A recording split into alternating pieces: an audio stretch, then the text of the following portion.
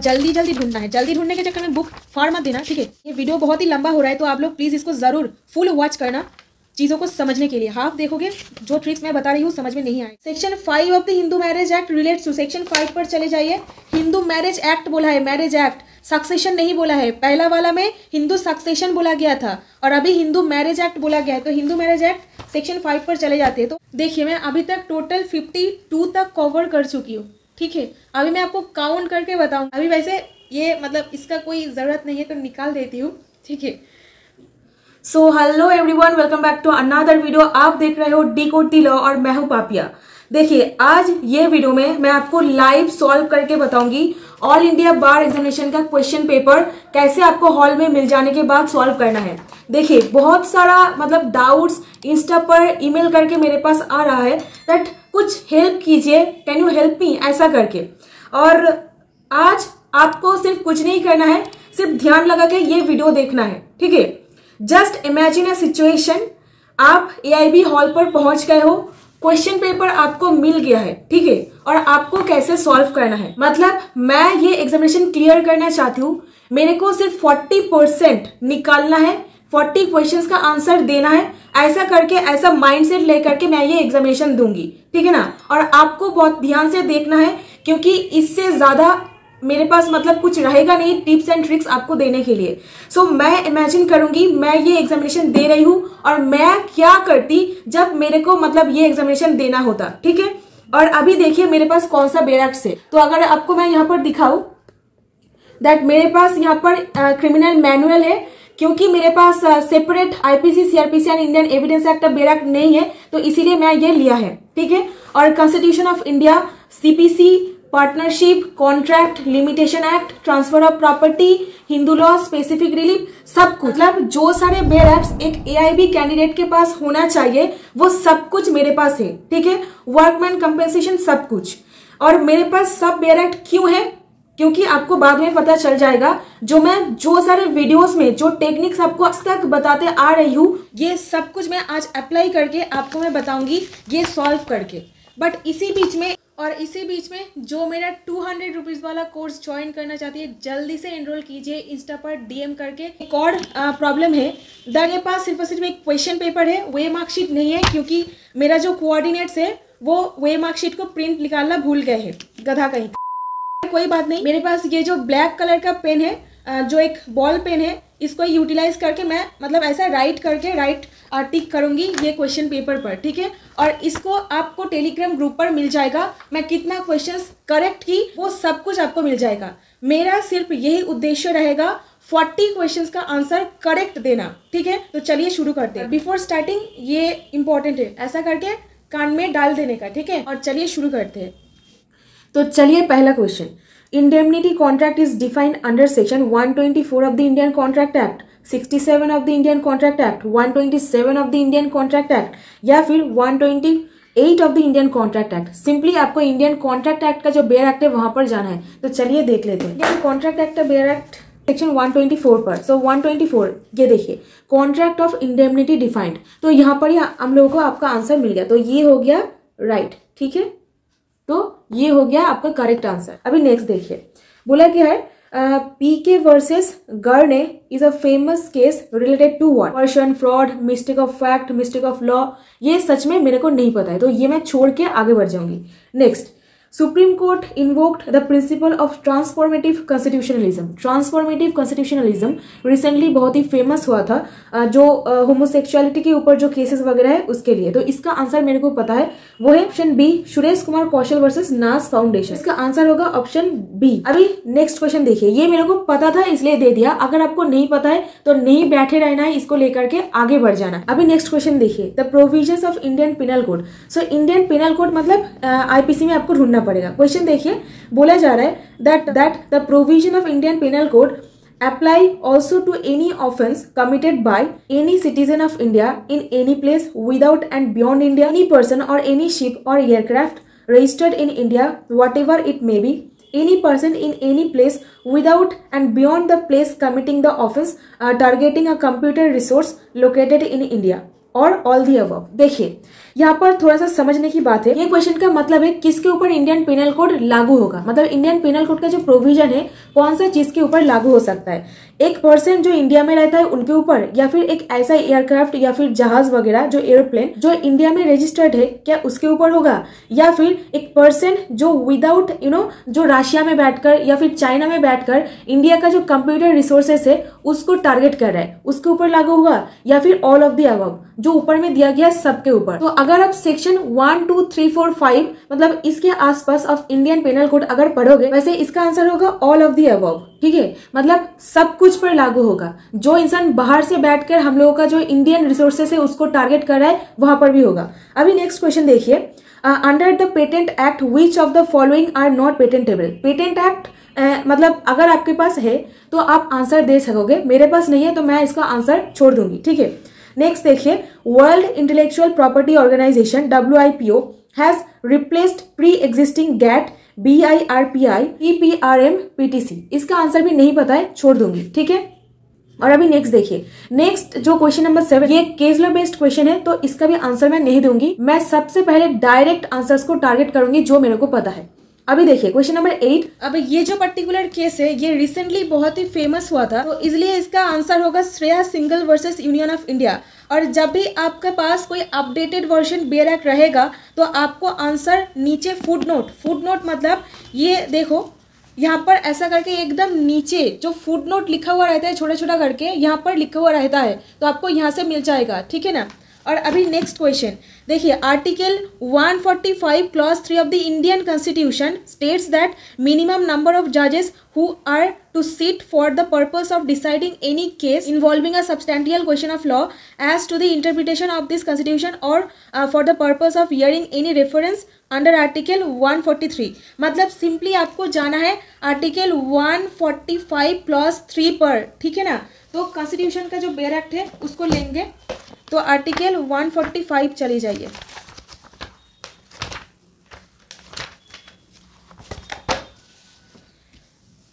One 145 and clause 3।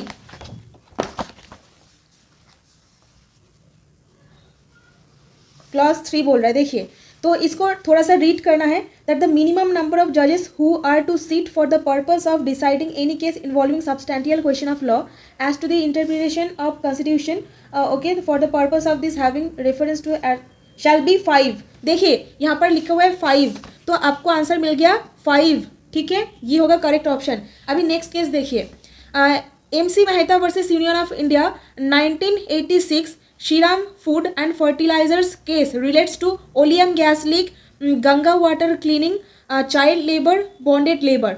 ये बहुत ही famous case, ये आप सभी लोगों को पता डेफिनेटली होना चाहिए। भाई ये जो पर्टिकुलर केस है ये बहुत ही इंपॉर्टेंट है। भोपाल गैस लीक आपको तो पता ही है, तो ओलियम गैस लीक केस इसका करेक्ट आंसर होगा। तो इसका करेक्ट आंसर होगा option A, oleum gas leak case. ठीक है, अभी नेक्स्ट पर चलते हैं। अभी नेक्स्ट देखिए, next question again case law based question, इसका आंसर नहीं पता है। ठीक है, अभी देखिए डायरेक्ट कौन सा है, डायरेक्ट आंसर मतलब सेक्शन पर मिल जाएगा। तो अभी यहाँ पर देखिए एक सेक्शन बेस्ड क्वेश्चन पूछा गया है, तो ये बोलता है on and from the commencement of Hindu succession amendment act 2005 a joint Hindu family governed by the Mitakshara law conferred on daughter co-personary status by substituting new section 4। मतलब सेक्शन ऑप्शन दिया गया है सेक्शन 6, 10, 11, 13। तो हिंदू सक्सेशन एक्ट का जो बेयर एक्ट है मेरे को वो खोलना पड़ेगा। तो हिंदू सक्सेशन एक्ट, ठीक है, तो देखिए हिंदू सक्सेशन एक्ट पर क्या बोलता है। अपन सेक्शन 6 पर पहले जाएंगे। ठीक है, तो सेक्शन 6 क्या बोलता है। सेक्शन 6 में देखिए तो यहाँ पर क्वेश्चन पर क्या पूछा गया है। क्वेश्चन पर बोला गया है a joint Hindu family govern by Mitakshara law conferring on daughter coparcenary status by substituting new section. मतलब एक joint family, Mitakshara law, daughter coparcenary, substituting new law, कौन सा, मतलब ये 4 टर्म को आपको मिलाकर देखना है, 4 टर्म्स। ठीक है, तो हिंदू फैमिली के बारे में देखते हैं क्या बोला गया है। तो फर्स्ट ऑफ ऑल यहाँ पर बोला गया है devolution of interest in coparcenary property. ठीक है, तो पहले देखिए यहाँ पर मिताक्षरा लॉ, ये टर्म मेरे को मिल गया है। पेंसिल किधर गया, ये रहा पेंसिल। ठीक है, मिताक्षरा लॉ टर्म मिल गया है, मिताक्षरा यहाँ पर भी लिखा हुआ है। ठीक है, और अभी डॉटर कोपर्सनरी भी टर्म मिल गया है क्वेश्चन से। ठीक है, सब्सटीट्यूटिंग न्यू सेक्शन मतलब कौन सा सेक्शन के द्वारा, तो ये अभी हम लोग को मतलब थोड़ा सा पढ़ के निकालना है।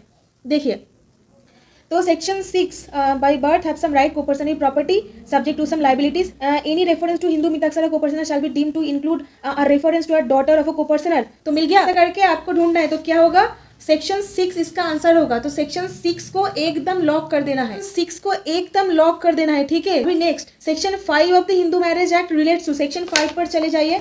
हिंदू मैरिज एक्ट बोला है, मैरिज एक्ट, सक्सेशन नहीं बोला है। पहला वाला में हिंदू सक्सेशन बोला गया था और अभी हिंदू मैरिज एक्ट बोला गया है। तो हिंदू मैरिज एक्ट सेक्शन 5 पर चले जाते हैं। तो यहाँ पर आपको यहाँ पर फॉलो करना है कि मतलब कोने पर एकदम क्या लिखा हुआ है, ठीक है। तो 9 पर सेक्शन 5 पर जाइएगा। ये बोलता है conditions for a Hindu marriage. तो यहाँ पर क्या लिखा है, void marriages, voidable marriages, ceremonies of Hindu marriage, conditions of Hindu marriage. तो condition for a Hindu marriage लिखा हुआ है ना, तो ऑप्शन डी एकदम लॉक कर दीजिएगा, ठीक है। अभी नेक्स्ट क्वेश्चन देखिए, a marriage between girl 22 years marriage her maternal uncle son of 23 years in accordance with the special marriage act, such marriage is, क्या होगा, मतलब वैलिड होगा, वॉइडेबल, वॉइड होगा, valid only in north India. देखिए, तो इसका proper answer मेरे को नहीं पता है और यहाँ पर कोई सेक्शंस भी मेंशन नहीं किया गया है, तो इसको मैं छोड़ दूंगी, बाद में सोचूंगी, ठीक है ना। अभी नेक्स्ट देखिए, the principle of res judicata is dealt under section what of CPC, मतलब कौन सा सीपीसी का सेक्शन पर है। तो सेक्शन 9, 10, 11, 12 मेरे को पता है, बट मैं आपको आंसर डायरेक्टली नहीं दूंगी। जिसको नहीं पता है उनको क्या करना है, ठीक है, सीपीसी उठा लेना है, सीपीसी उठा लेकर के डायरेक्टली चले जाना है। जो सारे सेक्शंस बोला गया है, सेक्शन 9 पर चले जाओ पहले। तो कोने पर फिर से देखना है, सेक्शन 9 किधर है, 9 देखो। तो 9 तो नहीं, 9 पर तो नहीं दिया गया है। उसके बाद क्या दिया गया है, सेक्शन 10, सेक्शन 10 नहीं है, ठीक है। सेक्शन 11 देखो, रेस जुडिकेटा, तो जिनको नहीं पता है ऐसा करना है और सेक्शन 11 को एकदम मार्क कर देना है, ठीक है। अभी नेक्स्ट क्वेश्चन, इसको हटा देते हैं, इसका काम हो गया अभी तक। और सेक्शन 14 ऑफ द सीपीसी, अरे सीपीसी फिर से आएगा। 14 पर क्या बोला गया है, सेक्शन 14, सेक्शन 14 पर जाते हैं, देखते हैं क्या बोला गया है। ये रहा 14 है presumption as to foreign judgments. तो लिखा हुआ है presumption as to decision, presumption as to foreign judgments. तो ऑप्शन बी को एकदम लॉक कर देना है, ठीक है। और नेक्स्ट, और इसका मतलब जो मैं कर रही हूँ, ये पीडीएफ आपको मिल जाएगा टेलीग्राम ग्रुप पर, ठीक है। अभी नेक्स्ट क्वेश्चन, तो टेलीग्राम ग्रुप पर ज्वाइन कर लीजिएगा। अभी नेक्स्ट क्वेश्चन देखिए, A residing in Delhi publishes in Kolkata statements defamatory of B, B may sue A only in Delhi, only in Kolkata, both in Delhi and Kolkata, either in Kolkata और इन दिल्ली। मतलब ये क्या कर रहा है, देखो, ए दिल्ली में रहता है, एक डिफेमेटरी स्टेटमेंट पब्लिश करता है बी के नाम पर, और किधर करता है, पब्लिश स्टेटमेंट इन कोलकाता, ठीक है। तो कहाँ पर केस किया जा सकता है, जैसे कि मैं आपको बताई थी। तो जिनको आंसर इसका नहीं पता है वो क्या करेंगे, तो जैसा कि मैं आपको बता चुकी हूँ दैट जब भी मतलब एआईबी रिलेटेड एग्जामिनेशन के लिए प्रिपरेशन लोगे तो आपको इंडेक्स देखना है, ठीक है। तो इंडेक्स में ऐसा हेडिंग लिखा हुआ है ना, suits in general, preliminary, and then यहाँ पर लिखा हुआ है place of suing, summons and discovery. मैंने आपको बोली थी कि आपको ये सारा चीज़ पढ़ना है इंडेक्स फॉलो करके, और जो इम्पोर्टेंट है वो आप सेक्शन में जा करके, जो सेक्शन है वहाँ पर जा करके पढ़ो, ठीक है। तो यहाँ का क्वेश्चन का डिमांड क्या है, क्वेश्चन का डिमांड है ए जो मतलब एक डिफेमेटरी स्टेटमेंट पब्लिश किया है वो कहाँ पर सूट फाइल कर सकते हैं, कहाँ पर कर सकते हैं, मतलब कौन सा प्लेस, यानी कि आपको प्लेस ऑफ स्विंग ढूंढना है। तो प्लेस ऑफ स्विंग किधर है, इंडेक्स में देखो प्लेस ऑफ स्विंग लिखा हुआ है पार्ट 1 पर, शुरू होता है सेक्शन 15 से लेकर चलता है सेक्शन 25 तक। तो आपको डायरेक्टली चले जाना है सेक्शन 15 से लेकर 25 का जो एरिया है वहाँ पर। तो ये मैं जा रही हूँ सेक्शन 15, ठीक है, 15 लिखा। अभी इसको इलास्ट्रेशन पर ढूंढना है, इलास्ट्रेशन समझ में आता है ना, जो एग्जाम्पल दिया हुआ रहता है। देखिए यहाँ पर एक एग्जाम्पल दिया हुआ है, A residing in Delhi beats A in Calcutta, B may sue either in Calcutta और इन दिल्ली। हिंदी में ट्रांसलेट करें तो ए दिल्ली में रहता है, बहुत पीटा है बी को कोलकाता में आकर के, बहुत पीटा है, ठीक है ना। और बी इसके नाम पर एक सूट फाइल करना चाहता है, वो कौन सा प्लेस पर करेंगे, आइदर कैलकाटा और इन दिल्ली, क्योंकि दोनों प्लेस का ही यहाँ पर जुरिस्डिक्शन बनता है। तो यहाँ पर डिफेमेटरी स्टेटमेंट के बारे में बोला गया है। ये गया एक इलास्ट्रेशन। अभी दूसरा इलास्ट्रेशन देखिए, ए रिजाइडिंग इन दिल्ली, ये दिल्ली में रहता है, पब्लिशेस इन कैलकाटा डिफेमेटरी स्टेटमेंट, ठीक है, ऑफ बी, ए में सू बी आइदर इन कोलकाता और इन दिल्ली। देखिए इलास्ट्रेशन से मिल रहा है ना, तो इलास्ट्रेशन मिल रहा है ना, तो इसीलिए मैंने आपको बताई थी इंडेक्स फॉलो करके जो सारे इंपॉर्टेंट एरियाज है, इंडेक्स फॉलो करके इंपॉर्टेंट जो सेक्शंस वगैरह है उसके अंदर जाके पढ़ो। तो इलस्ट्रेशन मैच हो गया। इसका मतलब क्या, कोलकाता में भी कर सकता है, दिल्ली में भी कर सकता है, क्योंकि पब्लिश किया गया है कोलकाता में और रहता है दिल्ली में। ऑप्शंस में देखिए, ऑप्शंस पर लिखा हुआ है in both the place Delhi and Kolkata, इसके बाद लिखा हुआ है आइदर इन कोलकाता और इन दिल्ली। तो आइदर इन कोलकाता और इन दिल्ली करेक्ट आंसर होगा। ठीक है, तो जो इलस्ट्रेशन पर दिया हुआ है उसको मिला करके आपको देना पड़ेगा। ठीक है, अभी नेक्स्ट क्वेश्चन, इसका काम हो गया। अभी नेक्स्ट देखिए, ये बोलता है which provision under criminal procedure code, मतलब सीआरपीसी का BR एक्ट उठाना है। ठीक है, deals with procedure to be adopted by the magistrate to record confession, मतलब मैजिस्ट्रेट जो जबानबंदी लेता है एक विक्टिम का, उसको कहाँ पर दिया गया है। इसका आंसर होगा 164, जो जुडिशियल कन्फ्यूजन के बारे में डील करता है। ठीक है ना, जो प्रैक्टिसिंग क्रिमिनल लॉयर है इसको बहुत अच्छी तरीके से पता है ये सेक्शन के बारे में, और जिनको नहीं पता है उनको BR एक्ट उठाना है। BR एक्ट में ये 4 सेक्शंस पर जा करके ढूंढना है, 4 सेक्शंस पर जा करके ढूंढना है। मैं रिपीट कर रही हूँ बार बार। ठीक है ना, तो आप थोड़ा सा जाग करके सुनो। तो जो सारे सेक्शंस यहाँ पर बोला गया है एक के बाद एक जाना है और टिक मार्क देना है। अभी नेक्स्ट देखिए, बोला गया है attachment of property of person absconding can be done under section what, CRPC लिखा गया है। तो CRPC सेक्शन 83, 82, 85, 86। तो let me go into the section. Okay, नहीं, मैं यहाँ पर इंडेक्स पर जाऊंगी। ठीक है, इंडेक्स पर चले जाइए, इंडेक्स से आपको आसानी से मिल जाएगा इसका आंसर। देखिए 82 क्या बोलता है, proclamation of person absconding person, but यहाँ पर क्या बोला गया है, अटैचमेंट ऑफ प्रॉपर्टी। अटैचमेंट, जो इंसान एक भगोड़ा है, एब्सकॉन्डिंग मतलब वो भाग गया है, मतलब छुप गया है, तो एब्सकॉन्ड किया गया है, उसका प्रॉपर्टी को जब्त कर लेना है। अटैचमेंट मतलब जब्त कर लेना। तो कौन सा सेक्शन पर है, देखिए नेक्स्ट सेक्शन बोला गया 83 बोलता है attachment of property of absconding person. So 83 होगा करेक्ट आंसर। ठीक है, और अभी next, magistrate may dispensed with personal attendance of accused under section CRPC, मतलब कौन सा सेक्शन पर मैजिस्ट्रेट डिस्पेंस विथ कर सकते हैं। इसका आंसर मेरे को पता है, जिनको नहीं पता है वो क्या करना है, फिर से सेक्शन पर जाना है, देखोगे कौन सा सेक्शन पर दिया हुआ है। ठीक है, इसका आंसर होगा 205, क्योंकि जो सारे मतलब मैजिस्ट्रेट के पास जब कोई केस पहुंचता है जो चैप्टर 15 पर बोला गया है, वहाँ से आपको इसका आंसर मिलेगा। देखिए यहाँ पर लिखा हुआ है magistrate may dispense with personal attendance of accused, मिल रहा है ना, magistrate may dispense with the personal attendance of the accused, तो सेक्शन 205 होगा इसका आंसर। ठीक है, अभी नेक्स्ट देखिए, section 265A to 265L chapter, ये है 21A। ठीक है, तो ये है 21A, ये कौन सा चीज़ को लेकर के डील करता है, तो चैप्टर 21A पर चले जाना है। तो यहाँ पर थोड़ा सा ध्यान रखिएगा, रोमन में लिखा हुआ है, रोमन में लिखा हुआ है, तो इसलिए आपको एकदम इंडेक्स में जा करके ढूंढना है। ठीक है, तो 21A प्ली बार्गेनिंग, तो प्ली बार्गेनिंग इसका आंसर। ठीक है, मिल गया। अभी next, security for good behaviour from habitual offenders is dealt under what section, जो सेक्शंस दिया गया है सिक्योरिटी फॉर गुड बिहेवियर, इसका आंसर मेरे को पता है, जिनको नहीं पता है सिर्फ इंडेक्स पर जाना है, इसका आंसर इंडेक्स से ही आपको मिल जाएगा।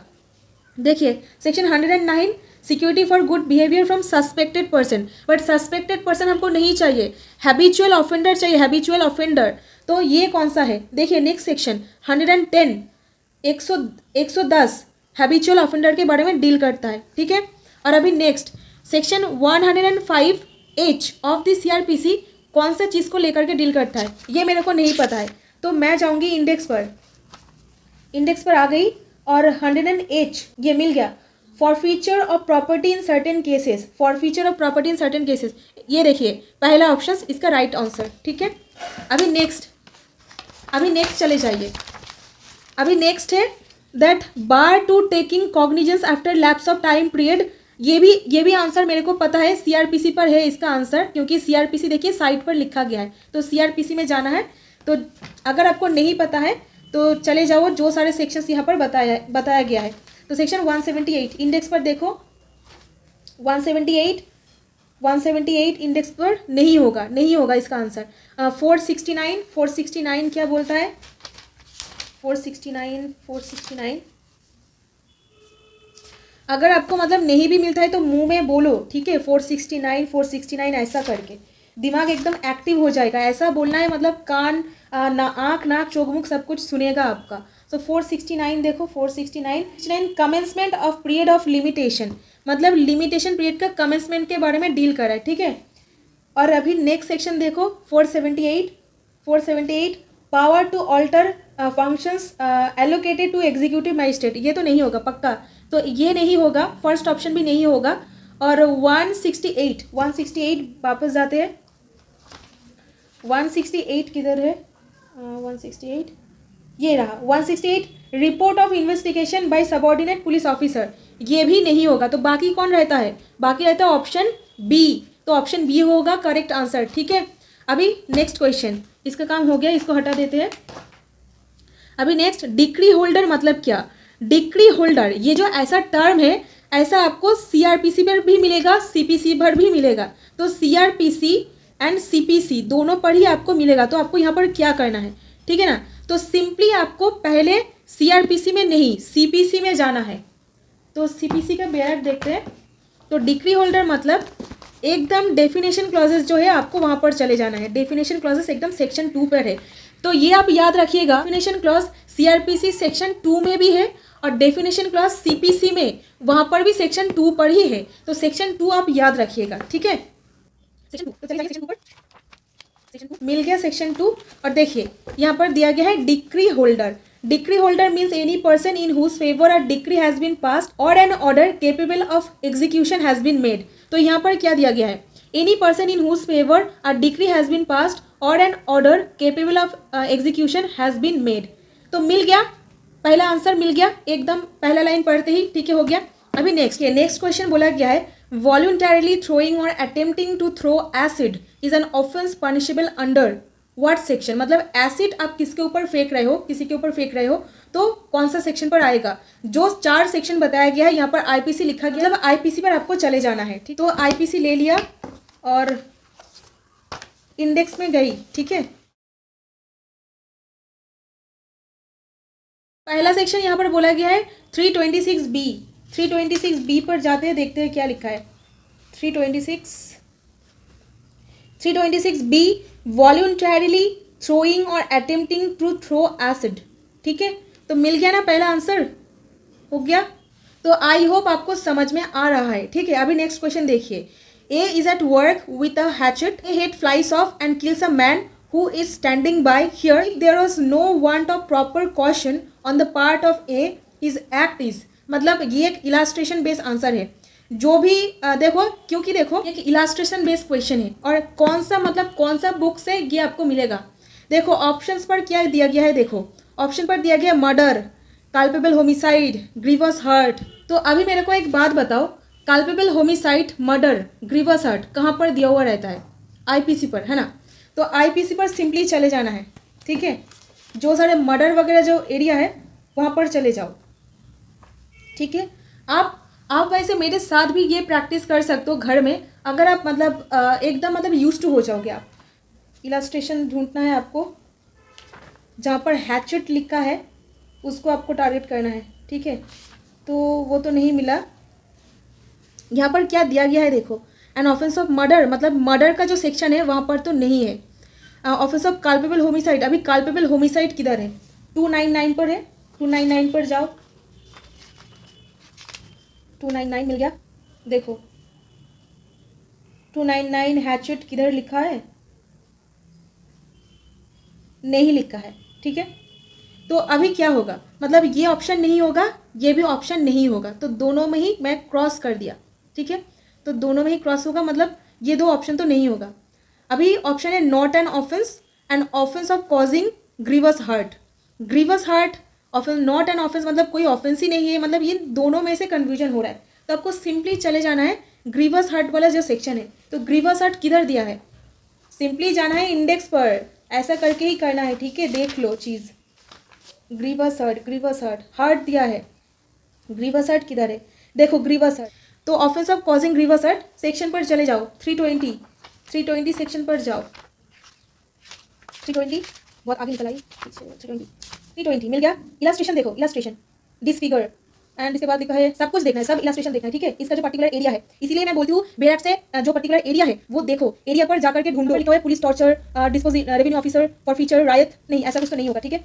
यहाँ पर ग्रीवस हर्ट तो यहाँ पर भी नहीं है। यहाँ पर 2 इलस्ट्रेशन है, ऑब्स्ट्रक्शन पाथ ये भी नहीं है, लॉक्स ये भी नहीं है, फायर आर्म्स ये भी नहीं होगा। जब तक ग्रीवस हर्ट का एरिया खत्म नहीं हो जाता है, न्यू चैप्टर शुरू नहीं हो जाता है, तब तक आपको ग्रीवस हर्ट का जो एरिया है उसको पूरा मतलब खंगालना है, मतलब पोस्टमार्टम कर दो पूरा एरिया का, ठीक है। देखो मिलता है कि नहीं। और अभी रॉन्गफुल कन्फाइनमेंट आ गया, क्रिमिनल फोर्स आ गया। देखो यहाँ से देखो, ऐसा करके मार्क भी आप कर सकते हो। क्रिमिनल फोर्स असॉल्ट वाला पोर्शन चालू हो गया, ग्रीवस हर्ट का खत्म हो गया, तो इसका मतलब ग्रीवस हर्ट नहीं होगा, so it's not an offence. तो समझ में आया ऐसा आंसर, मतलब जहाँ पर आपको नहीं मिल रहा है, आपको मतलब कुछ ट्रेस भी मिल रहा है, कैसे ढूंढना है। यहाँ पर क्या लिखा था, हैचेट। हैचेट मतलब जो कुल्हाड़ी होता है ना, ये देखो ये, तो कुल्हाड़ी से काटा जाता है। तो ये क्या किया, उसको पता नहीं था पीछे एक इंसान खड़ा है, और वो ऐसा कुल्हाड़ी चला दिया कि किसी का सर उड़ गया, पूरा एकदम काट के चला गया। तो क्या इसको कोई ऑफेंस बोला जाएगा, क्योंकि जो काट रहा था उसको नहीं पता था कि वो इंसान वहाँ पर खड़ा हुआ है, ठीक है ना। तो इसलिए मैंने क्या किया, जो ऑप्शंस वगैरह दिया गया है मैं ऑप्शंस पर गई। मर्डर तो नहीं होगा, मर्डर का सेक्शन 302 वहाँ पर इलास्ट्रेशन नहीं है, ये एक इलास्ट्रेशन बेस्ड क्वेश्चन है, ठीक है। अभी कल्पेबल होमिसाइड 299 पर, वहाँ पर भी नहीं है, इलास्ट्रेशन मैंने देखी। और अभी नॉट एन ऑफेंस लिखा है और ग्रीवस हर्ट लिखा है, causing grievous hurt, but grievous hurt का सेक्शन है, मतलब तीनों ट्रेस आपको मिल गया, murder, culpable homicide and grievous hurt. तो तीनों सेक्शन पर चले जाओ, उसका जो प्रॉपर एरिया है, आजू बाजू का जो एरिया है, एक चैप्टर होता है, चैप्टर ही एरिया है, ठीक है। तो चैप्टर पूरा देखो इलास्ट्रेशन से मैच होता है क्या। अगर इलास्ट्रेशन नहीं मिलता है, जो ऑप्शंस नहीं मिल रहा है काट दो, सिंपली मैंने यहाँ पर क्रॉस किया है ना, तो आपको ऐसा करके क्रॉस करना है, ठीक है। और जो ऑप्शन बाकी रह जाएगा श्योर शॉट वही आपका आंसर होगा, ठीक है।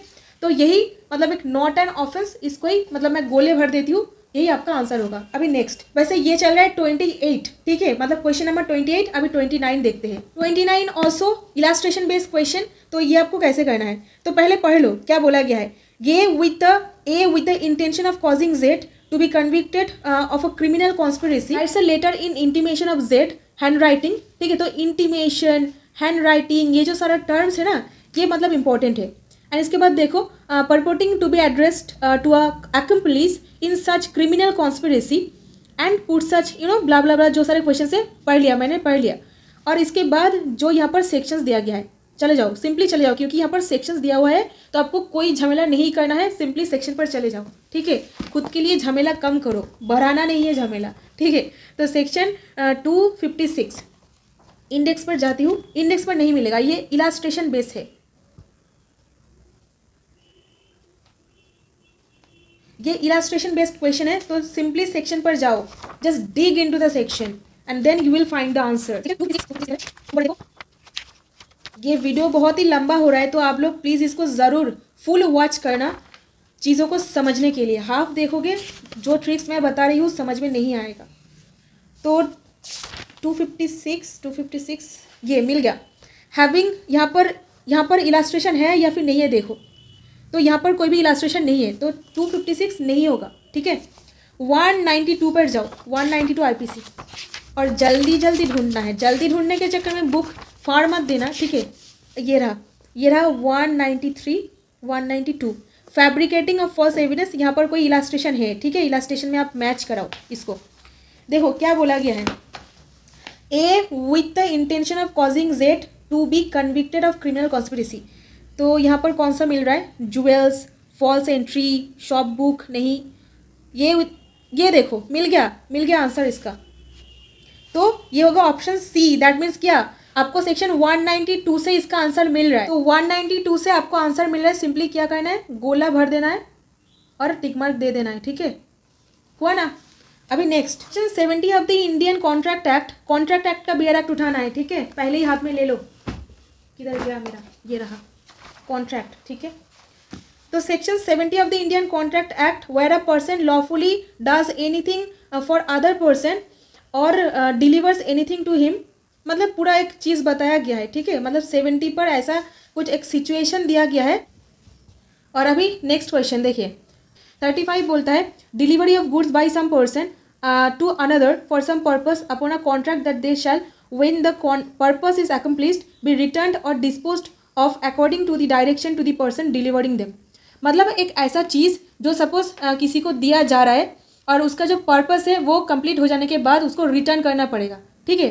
तो रिटर्न करना पड़ेगा। ऐसा कंसेप्ट एकमात्र कॉन्ट्रैक्ट पर ही है और इसको बोला जाता है कॉन्ट्रैक्ट ऑफ बेलमेंट। ठीक है, इसका आंसर मेरे को पहले से ही पता था, क्योंकि एक्म्प्लिश्ड मतलब जब उद्देश्य पूर्ण हो जा रहा है तब आपको रिटर्न करना पड़ता है जो पर्पस के लिए आप एक पर्टिकुलर चीज़ लिए थे।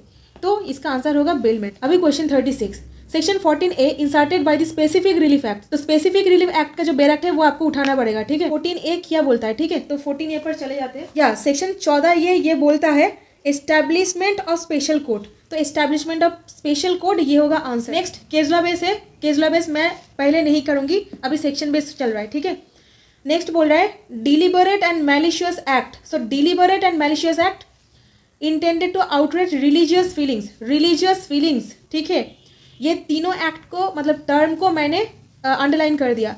यही आपको आंसर ढूंढने में मदद करेगा, क्योंकि यहाँ पर IPC, CrPC, Indian evidence act मतलब कुछ भी नहीं दिया गया है कौन सा एक्ट। तो यहाँ पर आपको क्या करना है, यहाँ पर बोला गया है is an offence under which section.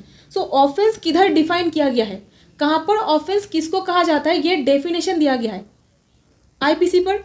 तो आईपीसी पर चले जाओ और ये सारा का सारा सेक्शंस देखो एक बार। आर्टिकल होता तो कॉन्स्टिट्यूशन में चली जाती, बट ये सारा का सारा सेक्शंस आईपीसी में जा करके देखो, क्योंकि यहाँ पर ऑफेंस बोला गया है। जल्दी से ढूंढना है 295, ये रहा 295 बोलता है, ये बोलता है इंज्यूरिंग और defiling place of worship with intent to insult the religion of any class.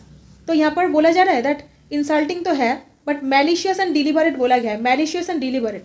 अभी नेक्स्ट ऑप्शन देखते हैं, तो ये तो नहीं होगा। नेक्स्ट ऑप्शन 295 ये बोलता है deliberate and malicious act intended to outreach. Yes this is the answer. Okay, next section 29 CrPC. 29 CrPC यहीं पर ही है। 29 सीआरपीसी इधर है, निकल, ये रहा। ये जो क्वेश्चन है ये बहुत ही एक मतलब ट्रिकी क्वेश्चन है, ये आपको बिल्कुल ध्यान से देना है। ठीक है, तो आपको सेक्शन में क्वेश्चन पहले बहुत अच्छी तरीके से समझना है। यहाँ पर बोला गया है दैट एक मैजिस्ट्रेट जो सेक्शन 29 पर है वो कौन सा सेंटेंस पास नहीं कर सकता है। ठीक है, इसका मतलब देखिए दैट एक chief judicial magistrate may pass any sentence authorised by law except, मतलब कौन सा चीज़ छोड़ करके वो सेंटेंस पास कर सकता है। तो सेक्शन पर बोला गया है, देखिए any chief judicial magistrate may pass sentence authorised by law except, तो एक्सेप्ट यहाँ पर भी बोला गया है। ठीक है, एक्सेप्ट सेंटेंस ऑफ डेथ, मतलब डेथ वो पास नहीं कर सकते, क्रॉस कर दिया। लाइफ इम्प्रिजनमेंट नहीं पास कर सकते, क्रॉस कर दिया।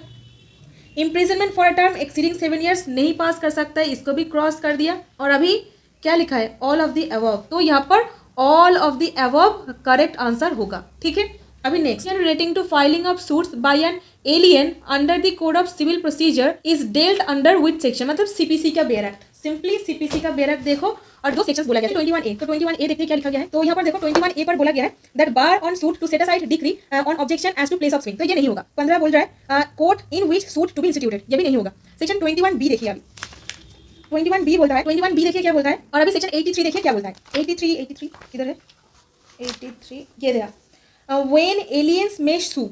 व्हेन एलियंस मतलब ऐसा एक पर्सन, एलियन मतलब जो मंगल ग्रह में रहते हैं वो वाला एलियन नहीं, ठीक है ना। एलियन मतलब जो एक फॉरेन नेशनल है, सपोज एक अमेरिकन, सपोज एक रशियन, एक चाइनीज पर्सन, वो क्या इंडिया में कोई सूट फाइल कर सकता है सीपीसी में। तो इसका आंसर है सेक्शन 83। ठीक है ना। और अभी next, order issued by court of civil procedure 1908 as per order, ये क्या है 21 rule 46 for recovery of amount due to judgment creditor is known as, मतलब इसको क्या बोला जाता है। तो आपको सिंपली जाना है ऑर्डर 21 रूल 46 पर, यहाँ पर ऊपर देखना है। ठीक है, ये रहा।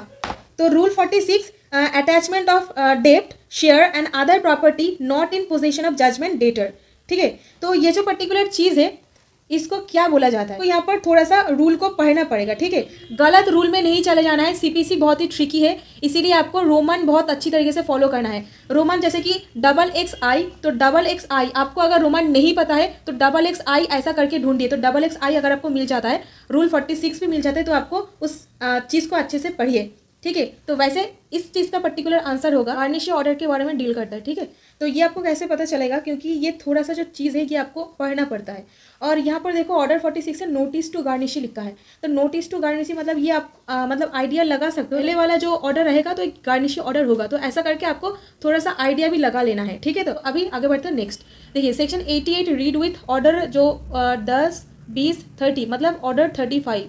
ठीक है। तो ऑर्डर 35 ऑफ द CPC ये क्या डील करता है? सेक्शन 88, तो आपको 88 पर चले जाना। ये बेसिकली इंटर प्लीडर सूट के बारे में डील करता है, फिर भी आप लोगों को एक बार दिखा देती हूँ। ऑर्डर 88, ये रहा ऑर्डर 88, ये डील करता है इंटर प्लीडर सूट, ठीक है। तो इंटर प्लीडर सूट होगा करेक्ट आंसर। देखिए अभी तक 42 क्वेश्चंस का आंसर मेरा हो गया है। नेक्स्ट क्वेश्चन देखो, national consumer dispute redressal commission ये कब इस्टेब्लिश हुआ था? ठीक है, तो इसका आंसर मेरे को नहीं पता। यहाँ पर देखिए कंज्यूमर प्रोटेक्शन एक्ट से एक क्वेश्चन पूछा गया है और कंज्यूमर प्रोटेक्शन एक्ट का बेरेक्ट अभी at this point of time मेरे पास नहीं है, ठीक है। तो इसका आंसर मैं नहीं करूँगी। अभी नेक्स्ट में एक केस लॉ बेस्ड क्वेश्चन पूछा गया है, तो केस लॉ बेस्ड का मैं बाद में देखूंगी। और अभी नेक्स्ट डायरेक्ट क्वेश्चन देखती हूँ कहाँ पर है। यहाँ पर एक सेक्शन वेस्ट है, इंडियन एविडेंस एक्ट से पूछा गया है। देखिए बोल रहा है A is accused of waging war against government, मतलब एक इलास्ट्रेशन। सो पढ़ के ही समझ आ रहा है ये एक इलास्ट्रेशन बेस्ड है। तो ये सारा का सारा जो सेक्शन है आपको इसका इलास्ट्रेशन में जाकर के ढूंढना है। तो इंडियन एविडेंस एक्ट का जो बेर एक्ट है वहाँ पर देखूंगी मैं। सेक्शन 12 में जाऊँगी क्योंकि 12 पहला ऑप्शन है। सेक्शन 12 का जो इलास्ट्रेशन है वो मैं देखूंगी। इलास्ट्रेशन क्या है? नहीं, ये इलास्ट्रेशन नहीं है। अभी सेक्शन 6 में देखती हूँ क्या कुछ इलास्ट्रेशन वगैरह दिया गया है। ये रहा सेक्शन 6, इलास्ट्रेशन तो है यहाँ पर, देख लेती हूँ कौन सा है। A is accused of waging war, A is accused of wager, ये देखिए मिल गया। इलास्ट्रेशन बी जो है, इलास्ट्रेशन बी पर इसका आंसर है, ठीक है, सेक्शन 6 पर। तो यहाँ पर भी सेम मिल रहा है, तो ये इसका आंसर होगा सेक्शन 6 हो गया। तो 110 of the Indian evidence act, 110 मतलब क्या डील करते हैं? तो 110 में एक बार जाती हूँ, देखती हूँ क्या बोला गया है। अगर डाउट रहता है तो सेक्शन के अंदर आ जाना, डाउट नहीं रहता है तो डायरेक्ट इंडेक्स देखकर ही आंसर कर देना। ये डील करते हैं burden of proof as ownership, तो यहाँ पर burden of proof as ownership लिखा हुआ है, तो ऑप्शन सी होगा करेक्ट आंसर, ठीक है। तो ये चल रहा है मेरा 51, क्वेश्चन नंबर 51, ठीक है। अभी नेक्स्ट सेक्शन 113A पर जाती हूँ, देखती हूँ क्या लिखा है। 113A presumption as to abetment of suicide by a married women, तो बाय अ मैरिड वुमेन किधर है? बाय अ मैरिड वुमेन, ये रहा presumption as to abetment of suicide by married women, option D होगा करेक्ट आंसर। देखिए मैं अभी तक टोटल 52 तक कवर कर चुकी हूँ, ठीक है। अभी मैं आपको काउंट करके बताऊंगी इतना क्वेश्चंस का आंसर मैं सही से दे पाई हूँ, ठीक है। काउंट करके बताती हूँ 52 तक, ठीक है, क्योंकि ये वीडियो बहुत लंबा हो जा रहा है, आप लोग नहीं देखोगे, बीच में छोड़ करके चले जाओगे, ठीक है। तो 52 तक मैं कितना क्वेश्चन का करेक्ट आंसर देखी, तो आइए काउंट करते हैं। देखिए फर्स्ट पेज 1 2 3 4 5 6 7 8 9 10 11 12 13 14 15 16 17 18 19 20 21 22 23 24 25 26 27 28 29 30 31 32 33 34 35।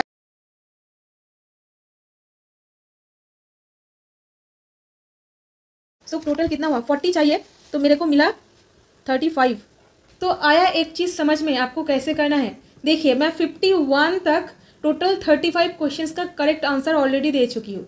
अगर मैं 50 और 50 कर लूँ, मतलब 100 पूरा देख लूँ, तो कितना क्वेश्चंस का आंसर सही होगा ये आप खुद ही डिसाइड कर सकते हो। तो 35 ऑलरेडी मेरे को मिल गया है, अभी बचा और 5। अगर और 5 क्वेश्चंस का सही आंसर मैं दे पाऊँ ना, तो मतलब क्या मेरा AIB क्लियर डेफिनेटली हो जाएगा। अभी वैसे ये मतलब इसका कोई ज़रूरत नहीं है तो निकाल देती हूँ, ठीक है।